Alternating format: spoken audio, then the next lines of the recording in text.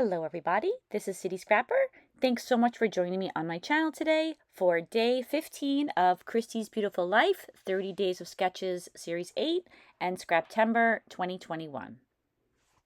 Today's sketch was made by Laura Creates and the Scraptember prompt is a pattern paper background. I started by cropping 4 large photos into 4 very small photos.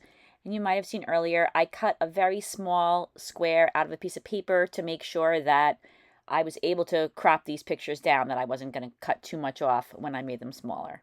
Because these are photos of my older daughter's 18th birthday, I am using a birthday collection. It's the Maggie Holmes Confetti collection. And I'm using the sketch and picking out some pattern papers that I can layer behind these 4 photos. The size of the photos is 3 inches by 3 inches, and I mounted all 4 photos on a sheet of white cardstock, and then I picked out some pattern papers to go behind the photos. I chose a peach colored chevron pattern to go right behind the photos, and then I'm going to cut a piece of that blue pattern paper, that turquoise pattern paper, a little bit larger than the chevron paper, and in that way I'll have layers of pattern paper. I popped up all 4 photos on some foam to give that photo cluster a little bit of dimension. And now I'm measuring that blue piece of paper and cutting it to size. I'm using some Distress Oxide in black soot, and I'm inking the edges very lightly of all of the pattern papers that I'm going to be using on this layout. And since the Scraptember prompt is pattern paper, my intention was to use this white and off-white paper in the background, the big dots. So I'm mounting the photos and the pattern papers that I put behind them on this pattern paper. Along the top edge, I added a punched out border. I used a Martha Stewart border punch to punch out that lace scallop. And then I used a tiny bit of pattern paper, a different pattern paper on the top of that. And this is all from the Confetti collection. And you saw that I also cut out a circle to go along with the sketch. And I cut that again out of some pattern paper that was in that Maggie Holmes collection.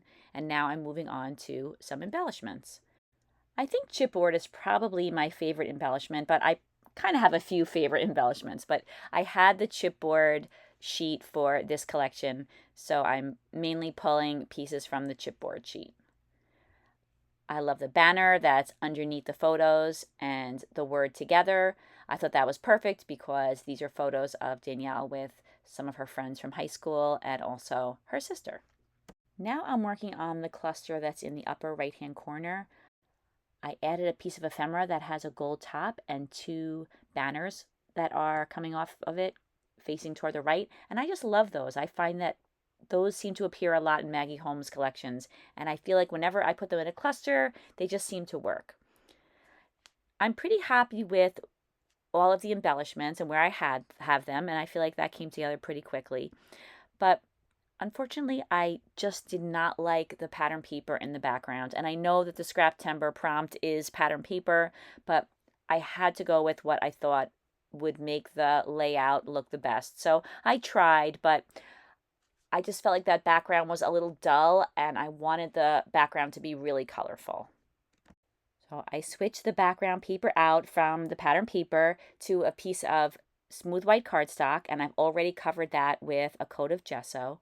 I used a pencil to trace around the edge of the cluster, but I didn't trace right around the edge. I reached the pencil in a little bit so that I could be sure that the pencil wouldn't be visible later on when I finished the mixed media.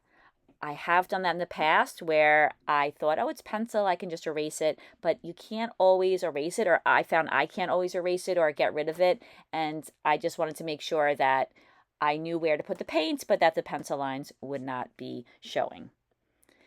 I'm using some Lindy's Magicals. I use some Alpine Ice Rose and some Yodeling Yellow.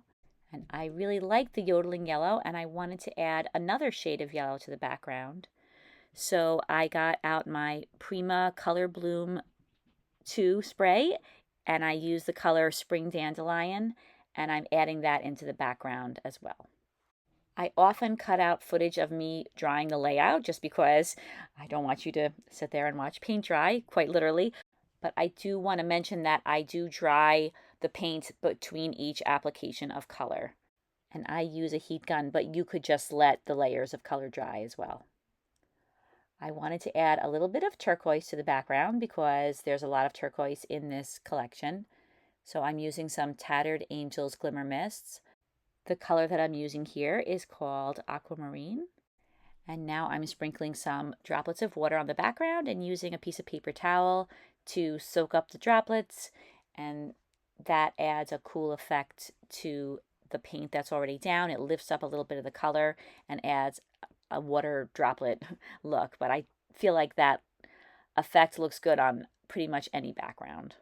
I used to think that would only work if you were using distress oxides, but it works with pretty much any color that I've used anytime I have a gessoed background. Now I'm adding some splatters to the background, and I want to add them in each of the colors that I used on the layout. And I want the splatters to be small, so I'm using a small paintbrush, and I'm keeping the splatters very close to the larger areas of color, just sprinkling the splatters around the outside of that area of color.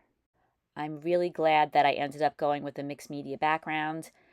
I always love mixed media backgrounds, but I thought particularly for this set of pictures, because it's photographs of my daughter's birthday party, that I wanted a lot more color in the background and I wanted it to look festive. So I'm very happy with this. I feel that it was much better, at least, than the pattern paper that I had chosen.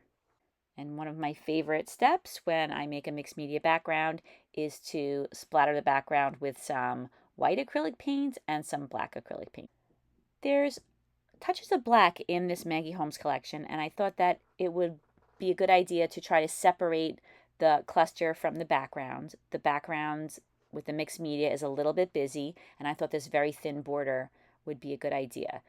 So I backed the cluster with some black paper, except for the circle, I just used some extra black soot distress oxide to try to make that a little bit darker. I'm using ATG adhesive, and I'm going to attach that whole cluster down to the background. And now I'm adding that punched strip back in again. Just peel that up off of the pattern paper. I added a little chipboard bird to the cluster that's right near the title. And as I was looking at the layout, I felt that it looked a little unbalanced. I had the scallop strip and then the very thin strip of pattern paper at the top and nothing on the bottom. So I cut a strip of paper. It's just a tiny bit more than 1/2 inch. And that's the same pattern paper that I used to cut the scallop from. I inked the edges with some Distress Oxide and black soot, and I attach it down to the bottom of the layout, and I feel like that looks a little bit better. Right next to the candles, I use a small piece of chipboard that says 3 cheers, and it's black, and I wanted to add 2 additional black elements on the background to balance that out. So I found some kind of embellishments. I'm not even sure what they are. They're plastic and they're circular, and one is an asterisk and one is an ampersand, and I thought that those little embellishments would help to balance everything out, so I attached one in each of the other clusters. I added a small pink bow under the chipboard that says 3 cheers, and then I added some enamel dots to the layout. I put one on the pinwheel that's in the center. I put some very small ones on chipboard stars, and I also put some in between the pieces of the banner on the bottom. On the chipboard sheet, there were numbers, and I liked the idea of including her age on the layout. So I pulled out the 1 and the 8, and I couldn't color them with the magicals because they're laminated on top. So I just used some alcohol markers, and I'm making them 2 different colors. I thought that would look a little bit more whimsical, and I like the idea of keeping it whimsical for the birthday theme. I cannot believe she was 18. She's 24 years old now, so this layout was over 6 years ago. My husband and I were at the restaurant, but we sat separately so that she could feel more grown up. I realized that I don't have a piece of black paper backing the lower left-hand corner of the layout or the square where the circle is, so I decided that that looked a little funny, and I added a piece of black cardstock. I just kind of pieced that in there, and I don't think you can tell. I add some small banners in pink and blue to the upper left-hand corner, and that completes this layout. I hope you enjoyed this video. Thank you so much for watching it. If you haven't checked out all of the videos of all the other scrapbookers who are following along with this challenge, you can find links to their channels in the description box. It's not too late to join the Facebook group. There's tons of great inspiration there. I hope that everybody has a fantastic day. I can't believe we're halfway through the month, and I hope to see you again tomorrow. Take care, everybody. Bye-bye.